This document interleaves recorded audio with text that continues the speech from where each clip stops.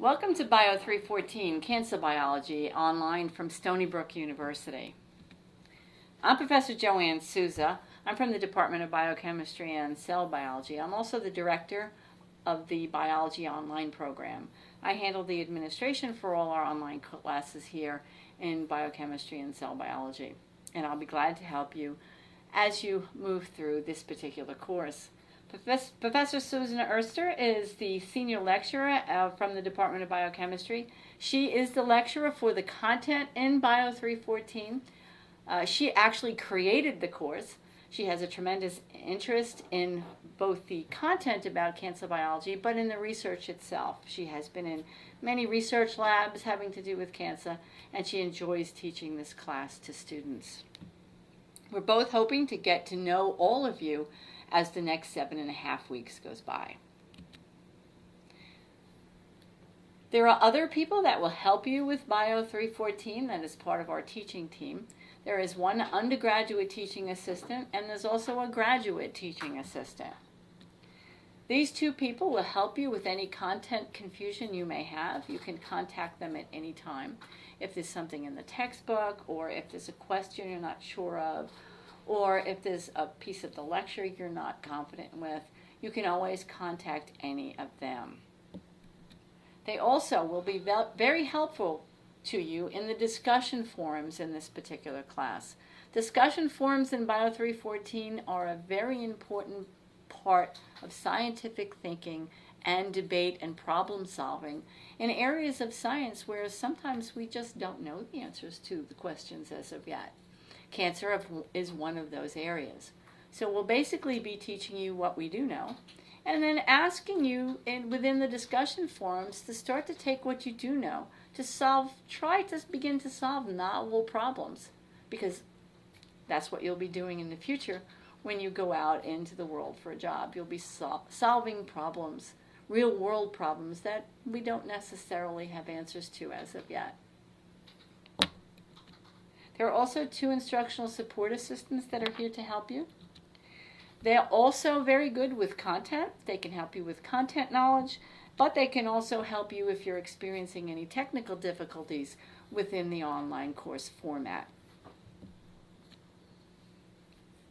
Bio 314 and all our online classes are managed through the Blackboard system. So if you're a Stony Brook student and you're used to Blackboard, this is an online class, so this will be the basis of the entire class for you. If you're a non-Stony Brook student, we recommend through this orientation video that you start to familiarize yourself with the Blackboard system and how this particular course is set up, so that you can spend more of your time learning content and less time looking for things that you think you might need.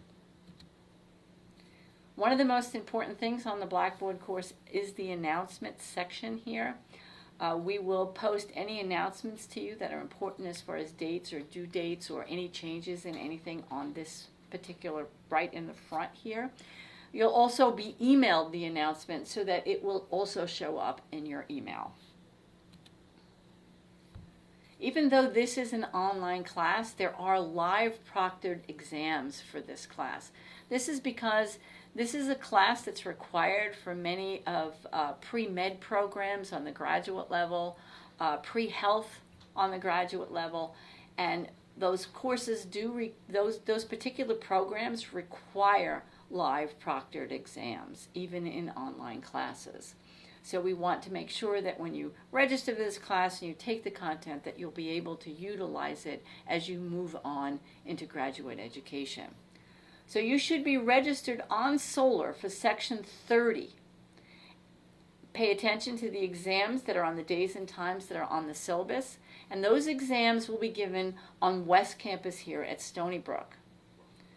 There's another option that if you are not near Stony Brook or within the 5 boroughs of New York City, we do offer exams at remote test centers the test center has to be approved ahead of time. In fact, we'd like to do it by the end of the first week of the course because it takes much coordination with the test centers to make sure that you can take their exams and they're approved by Stony Brook University. You should also, however, be in Section 30. And make sure that you contact me by the end of the first week of this course if you want to take that option. You should be registered for Section 60 on solar. Again, the exams are on the days and times on the syllabus, and those exams will be located at our Manhattan location at SUNY Optometry. Both Section 30 and 60 are combined in Blackboard. However, they're separate in solar, so make sure you're registered for the correct section of the class. Manhattan has very high security, as I'm sure you're aware. Therefore, only students that are registered for Section 60 can take their exams at the Manhattan campus.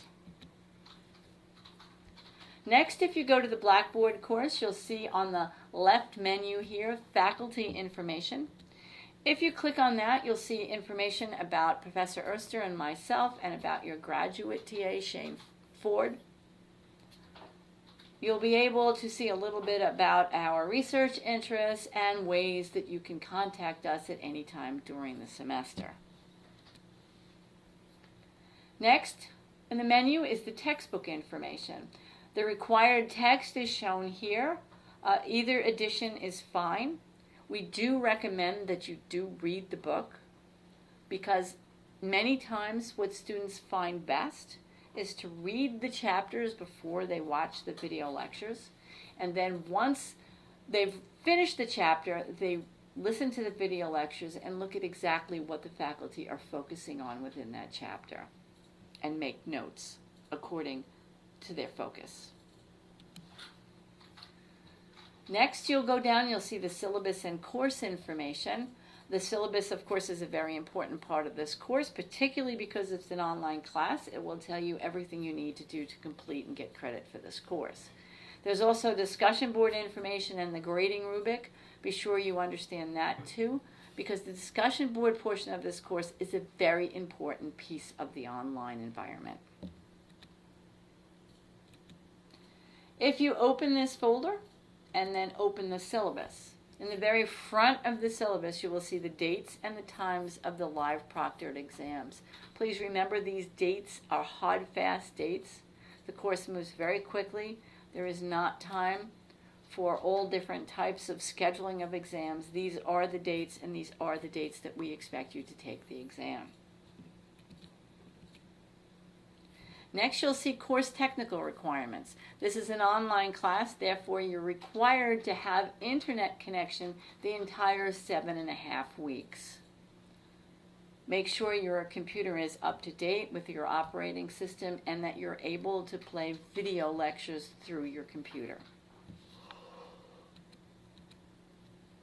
Next, I'm showing you here the estimated weekly time budget. This is a 3-credit course. However, it is compressed into 7.5 weeks instead of the normal 15 weeks that you would have in the academic year. But the same amount of credit hours is expected. Therefore, there are approximately 6 hours a week that you'll be watching video lectures. Some students will do more because they'll watch the lectures more than once. Textbook readings, we expect to take you approximately 2 hours a week. Quiz hours, where you'll be taking different quizzes after modules, another 2 hours, and we expect you to spend about 2 hours a week on your discussion board collaborative projects. Next is the grading policy. You will see that there are 4 graded components of the course. The first is your learning assets. There's approximately 69 content questions and 8 extensive and comprehensive discussion assignments that are due. Then there's 3 exams, each of which is worth 25% of your grade at the end. At the end of the syllabus, you will see a course schedule. And this will help you in time managing so that you know ahead of time what's coming up when, what exams are due, what quizzes are due. And if you'll notice, there are 2 due dates per week. Thursdays and Sundays are the due dates when things have to be submitted, the very last time that you could submit them. Of course, we recommend that you don't wait to the last minute to focus on submitting your assignments. However, these dates, again, and times are hard fast. So please plan ahead, time manage, don't procrastinate, Because if you're going to ask us not to turn on quiz grades, for instance, you'll be holding up the rest of the students from seeing the answers to their quizzes, and you'll be stopping them from moving on. We can't allow that to happen, so please make sure you stay up with the class and you follow the schedule. One of the biggest tools for helping you time manage within this class is this weekly assignment tab. Each week, at the beginning of the week, you should click on it and you will see a folder come up at the top with what is due for that particular week. If you open the folder, at the top here you'll see the assignment. It's a PDF. If you open it, you will see everything that's due for that week, what you should read and what you should watch. And then the graded assignments that are due, you'll see exactly what's due and what the due date and time is for those particular assignments.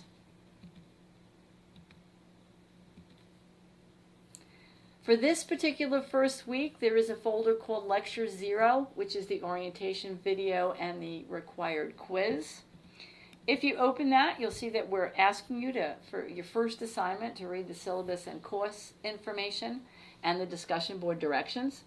We're then asking you to take your exam location quiz and make sure that you complete it by Thursday at midnight. You'll see something that looks like this when the quiz first comes up. You'll press begin. The quiz will initially show 0 points for each question. Don't be concerned when you see that. Answering all questions on this particular quiz does count for 4 points that are added as a bonus points to your discussion board grade at the end.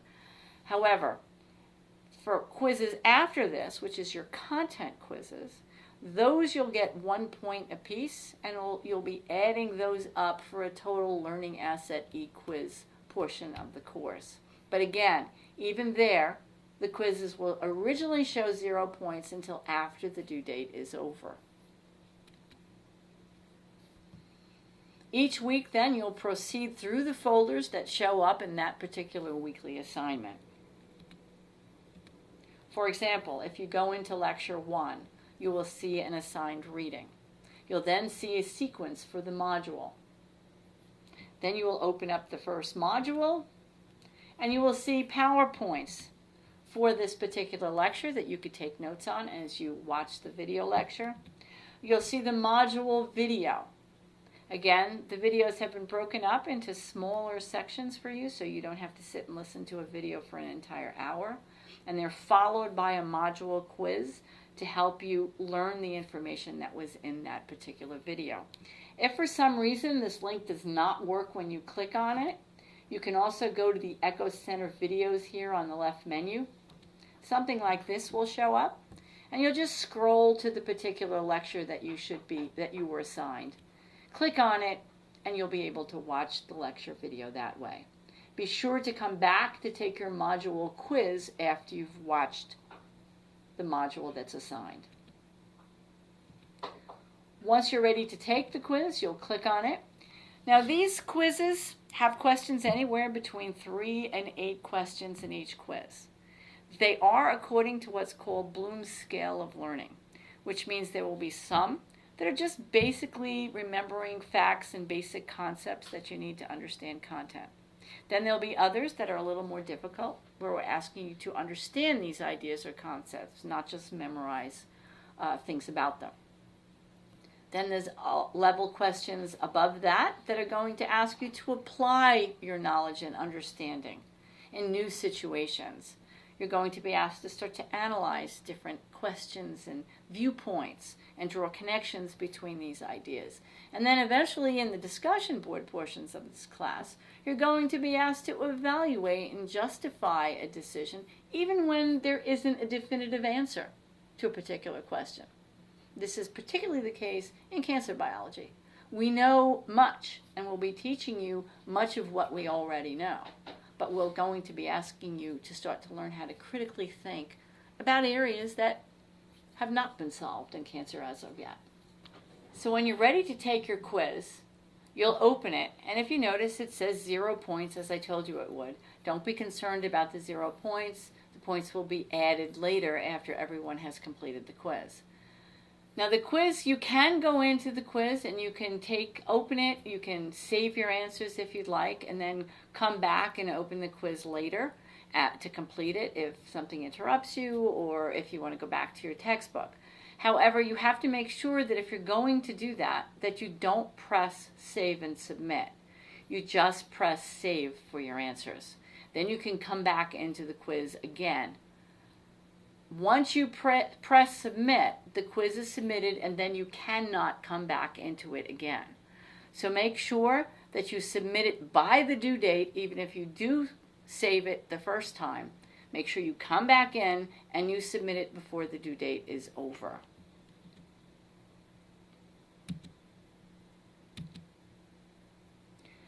Once you submit it, this screen will come up.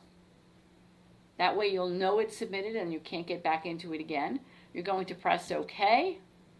You should see that the status is completed and the score will show 0 out of 0 points. Again, do not be concerned. We will make an announcement once we've turned the quizzes on, and you'll be able to go, the quiz answers on, and you'll be able to go into the quiz again, see the questions, see the answers, see the answer that you chose. Now, we highly recommend that you take the quiz 24 hours prior to the actual due date. So if you do have technical difficulties, you won't be forfeiting the quiz because by the time you submit it, it's too late. Next, if you're going to make your discussion board posts each week, you click on the discussion board and you'll see 4 forums here.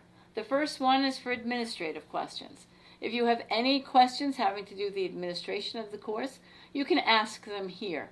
The only thing that we ask you not to ask is personal grading questions because we cannot answer those on a public forum. For any grading questions specifically to you, you would email me directly. Next are content questions. Many times students have content questions as they're reading the textbook or as they're listening to lectures or looking at PowerPoints. If this is the case, you can post any content question here. These are not for credit for the discussion board postings, but they're here to help you so that we can help you as you move along if you become confused in any area of the course.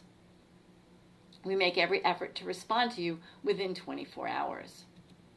Next is your introductory post discussion forum, which will be due this Thursday. And then every week there will be a forum open here that is for your graded discussion postings. Once you're into a discussion forum, whether it's the content questions, administrative, or any of the other content ones, you'll see once you click on it that you will be in list view over here on the right. It's in white. This is the default for Blackboard. However, we recommend that instead you click on tree view. Sometimes if you're in list view, you won't be able to see anything. None of the posts will show up. It always will though if you're in tree view. So be sure you're in tree view.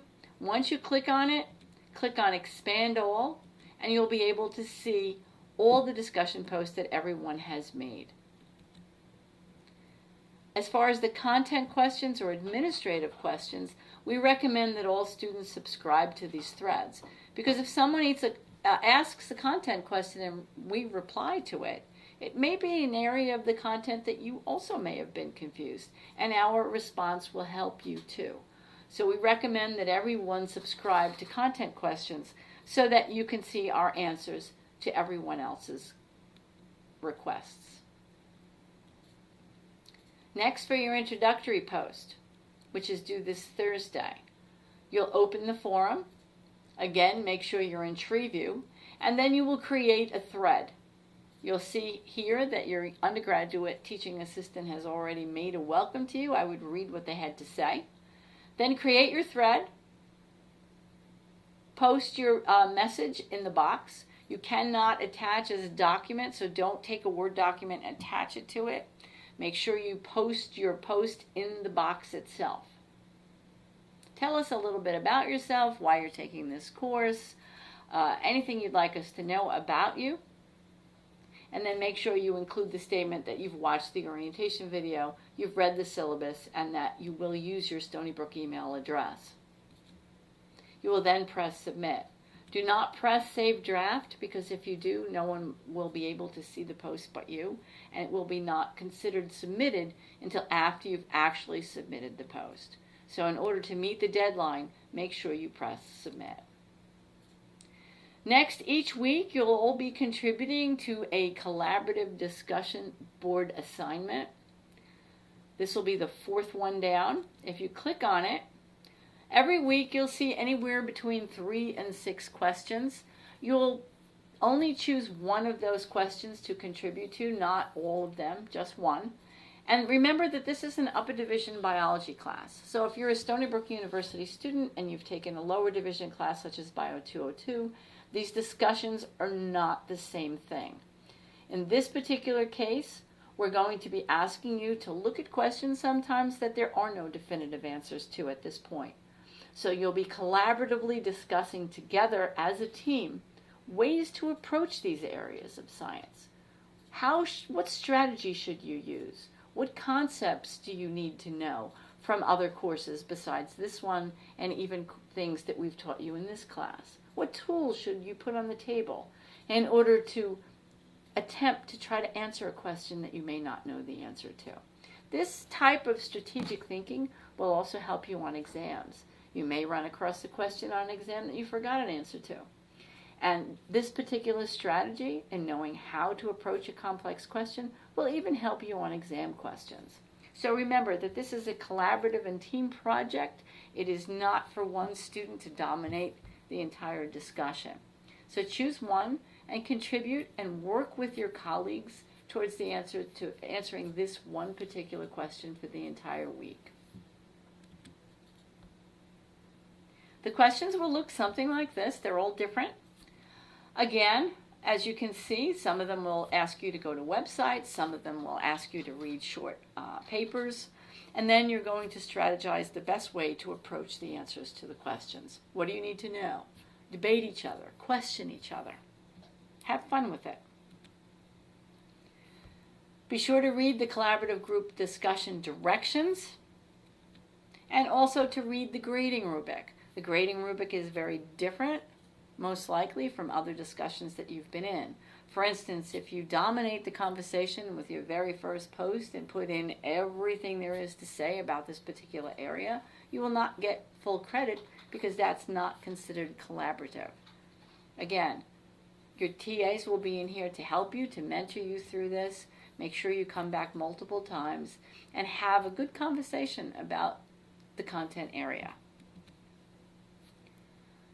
When you choose a question that you're going to contribute to for the week, you should press subscribe here, as you can see up at the top.